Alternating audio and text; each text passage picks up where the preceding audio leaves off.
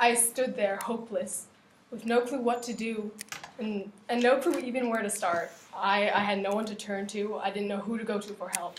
So I just stood there, heartbeat racing. Maybe you felt this way too. Have you ever been told to change the oil in your car? Now, I know it might not be that traumatic, but if you don't know how, it could be a very stressful task. So we're coming to you with hours of research, ready to clear up any confusion and lay out clearly how to change the oil in your car. In 5 steps, this process includes jacking up the car, draining the oil, replacing the oil filter, adding new oil, and finally disposing of the oil you used.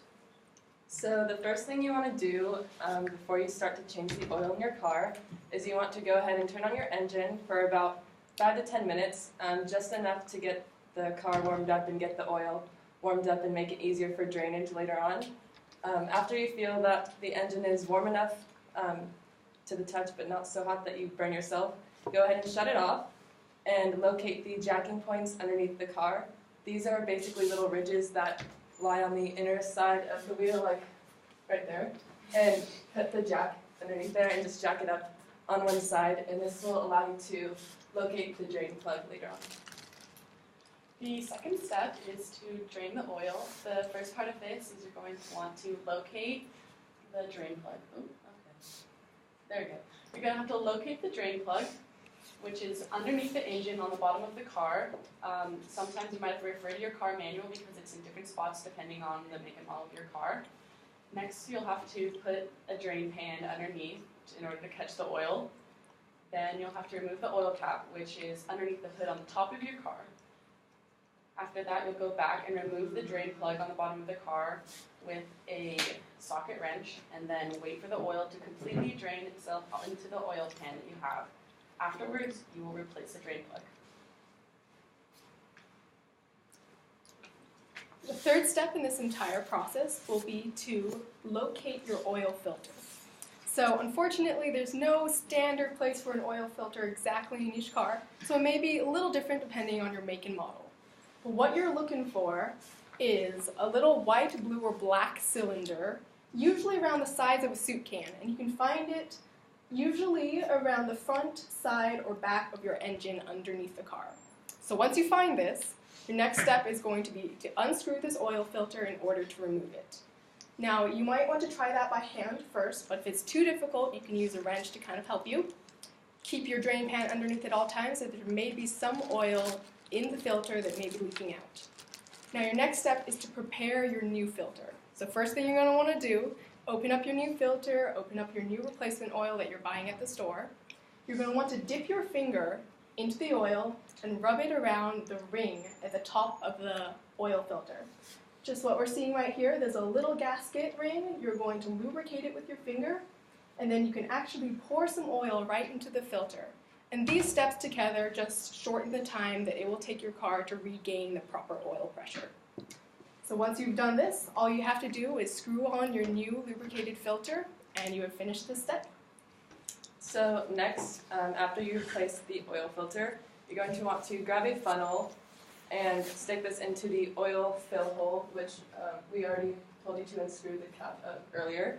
So you're just going to stick the funnel in there. That's a water bottle. That'll work too if you don't have one.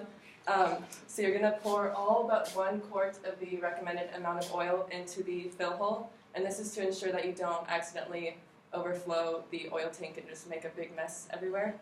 So after you pour the oil in, you want to replace the oil cap, just screw it back on, and let the car engine run for about 30 to 60 seconds, and this will just warm up the oil and get it kind of back in the system, I guess.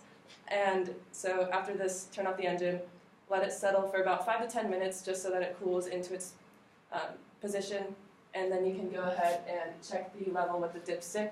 And if you don't know how to do this, basically you just look for the little orange tab in the hood of the car. It has like a little oil symbol on it, and you pull this out, wipe it with a clean rag, stick it back in, pull it out again, and then look at the level of oil on it.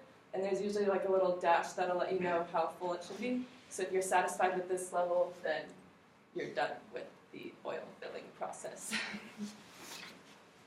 The last and final step would to be disposing of the old oil that you've already drained out of your car. You'll want to transfer the old oil to a sealed container to make sure none of that gets out. Then you'll drop it off at a designated collection site, or also many auto parts stores that sell oil will take it for free. And also to determine how often to repeat this entire process, you can refer to your owner's manual of the car, or usually gauge that about every 5,000 miles you need to change the oil in your car. So now that you've learned how to jack up the car, drain the oil, replace the oil, add your new oil, add the refilter, and dispose of the oil, we hope that you won't be as so lost as we felt when faced with such a monumental task as changing the oil in your car. Thank you.